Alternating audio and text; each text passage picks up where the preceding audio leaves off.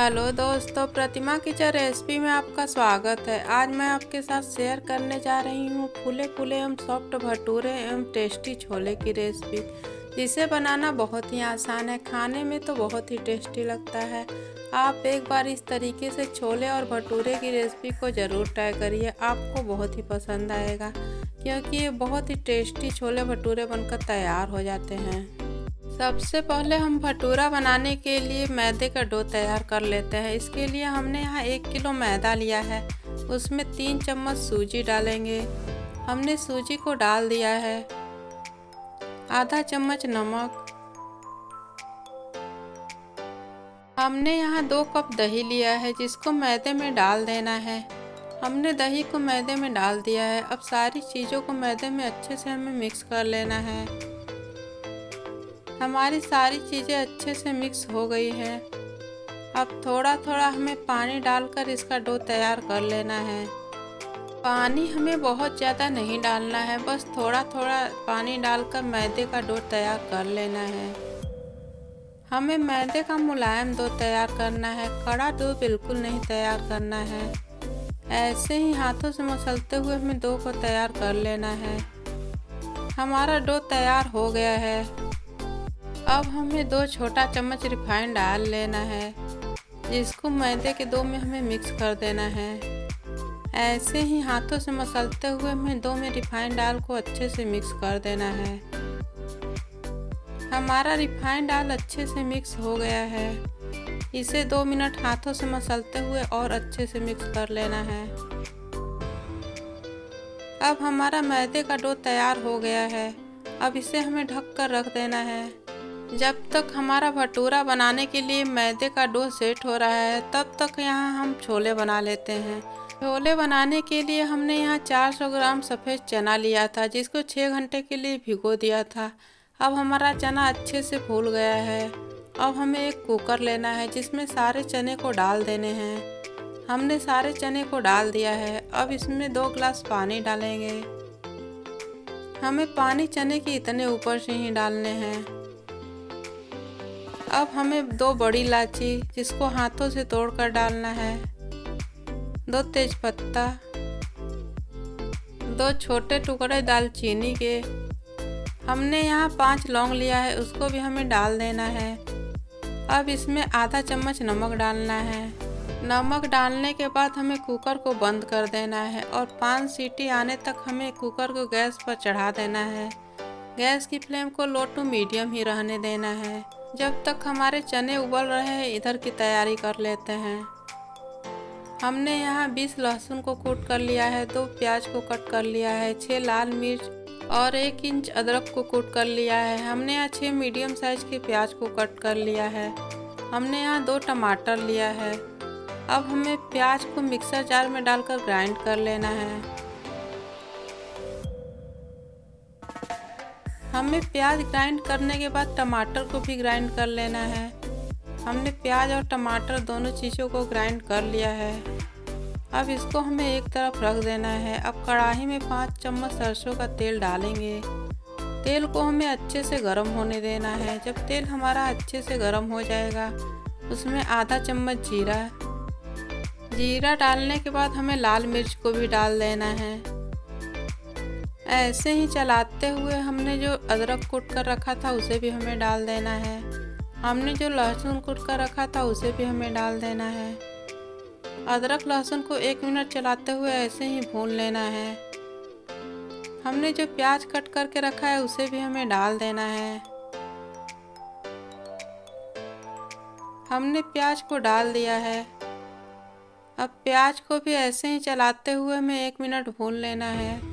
प्याज को हमें बहुत ज़्यादा नहीं भूनना है, बस इतना ही भूनना है। अब हमने जो प्याज ग्राइंड करके रखा था, उसे भी हमें डाल देना है। गैस की फ्लेम को हाई कर देना है और ऐसे ही चलाते हुए हमें प्याज को भून लेना है। प्याज को हमें बीच बीच में चलाते हुए भूनना है, नहीं तो प्याज कढ़ाई में नीचे लग जाएगा।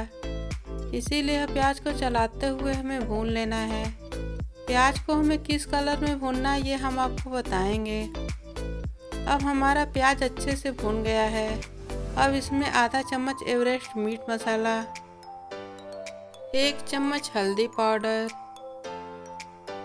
1 चम्मच टेकी लाल मिर्च पाउडर। नमक हमने चने में पहले से ही डाला था, इसीलिए आधा छोटा चम्मच नमक डाल रहे हैं। नमक डालने के बाद आधा चम्मच धनिया पाउडर। सारे मसालों को प्याज में अच्छे से मिक्स कर देना है। हमने जो टमाटर ग्राइंड करके रखा था उसे भी डाल देना है। टमाटर डालने के बाद इसमें थोड़ा सा हमें पानी डालना है। ऐसे ही चलाते हुए 1 मिनट मसाले को ऐसे ही भून लेना है। अब मसालों को हमें 5 मिनट के लिए कवर कर देना है ताकि हमारे मसाले अच्छे से भुन जाए। इसे कवर किए हुए 5 मिनट हो गया है। अब हमें इसे चेक कर लेना है। अब हमारे मसाले के ऊपर तेल आ गया है। हमारे मसाले अच्छे से पक गए हैं। अब ऐसे ही चलाते हुए 1 मिनट मसालों को और अच्छे से भून लेना है ताकि जो हमारा छोला बने उसका टेस्ट बहुत ही अच्छा है।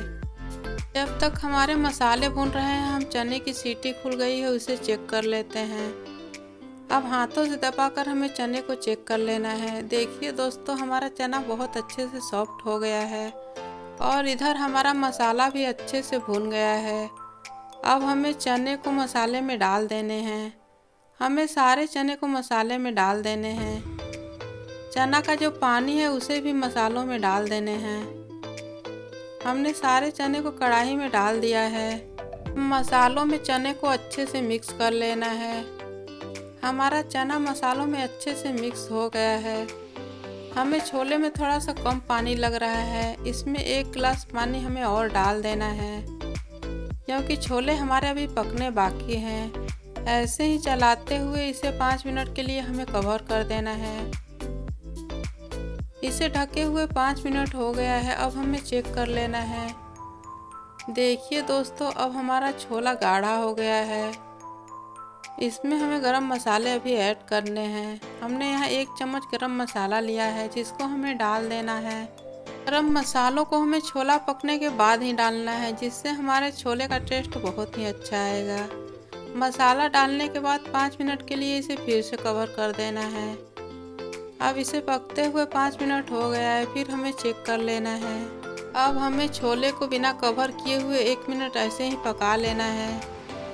छोले को हमें बीच बीच में चलाते हुए पकाना है। हमारा छोला बनकर तैयार हो गया है, आपको देखने से लग रहा होगा।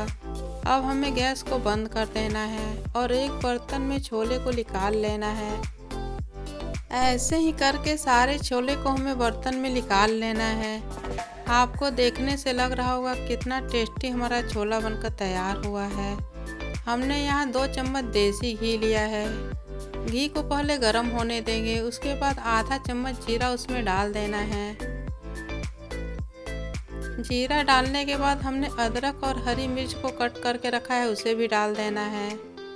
ये सारी चीज़ें अच्छे से हो गई हैं। अब हमें गैस को बंद कर देना है और छोले में देसी घी का तड़का हमें दे देना है। देसी घी का तड़का देने से हमारे छोले का जो टेस्ट है बहुत ही अच्छा आएगा, इसीलिए हमने देसी घी का तड़का दिया था। हमने कुछ धनिया पत्ती कट करके रखा है उसे भी हमें डाल देना है ताकि लुक और टेस्ट बहुत ही अच्छा आए। हमारा बहुत ही टेस्टी छोला बनकर तैयार हो गया है। अगर आप इस तरीके से छोले बनाकर जिस किसी को भी खिलाएंगे वो आपकी तारीफ किए बिना नहीं रह पाएगा क्योंकि बहुत ही टेस्टी छोला बनकर तैयार हो जाता है। तो आप एक बार इस तरीके से छोले की रेसिपी को ज़रूर ट्राई करिए, आपको बहुत ही पसंद आएगा। हमारा सफ़ेद चने का छोला बनकर तैयार हो गया है। अब हम भटूरे को बना लेते हैं। भटूरे बनाने के लिए हमने मैदे को गूँथ कर रख लिया था। अब इसे हम चेक कर लेते हैं। हमारा मैदा का डो अच्छे से सेट हो गया है। अब हाथों से मसलते हुए इसको एक तरफ हमें रख लेना है। मैदे के डो को हमने एक तरफ रख लिया है। अब उसमें से एक लोई लेना है। लोई हमें इतना ही बड़ा लेना है। हमें सूखा मैदा लगाकर इसका भटूरा बेल लेना है। हमें भटूरे की रोटी हल्के हाथों से बेलनी है, इसे हाथों से दबाकर नहीं बेलना है क्योंकि भटूरे की रोटी बीच बीच में मोटी पतली होगी तो हमारा भटूरा नहीं फूलेगा। इसीलिए हल्के हाथों से हमें भटूरे की रोटी बेल लेनी है। हमारा एक भटूरा का रोटी बेल गया है। अब इसको एक प्लेट में रख देना है। अब दूसरी लोई लेकर हम दूसरा भटूरा बना लेते हैं। मैंने एक भटूरा और बताया है ताकि आपको भटूरा बनाने में आसानी हो। ऐसे ही करके सूखा मैदा लगाकर हमें दूसरा भटूरा भी बना लेना है। भटूरे की रोटी बनाना बहुत ही आसान होता है क्योंकि ये बहुत ही आसानी से बिल जाता है। ऐसे ही करके हमें भटूरे की दूसरी रोटी भी बेल लेनी है। हमारी दूसरी रोटी भी बनकर तैयार हो गई है। इसको एक प्लेट में रख लेना है। हमने रिफाइंड ऑयल गर्म होने के लिए पहले से ही एक कढ़ाई में रख दिया था। हमारा तेल गर्म हो गया है, इसे चेक कर लेते हैं। जब तेल हमारा अच्छे से गर्म हो गया है तो हमें भटूरा डाल देना है। गैस की फ्लेम को हमें हाई ही रखना है और ऐसे ही पलटते हुए हमें भटूरे को बना लेना है। भटूरे को हमें पलटते हुए छानना है, नहीं तो एक तरफ का हमारा भटूरा जल जाएगा।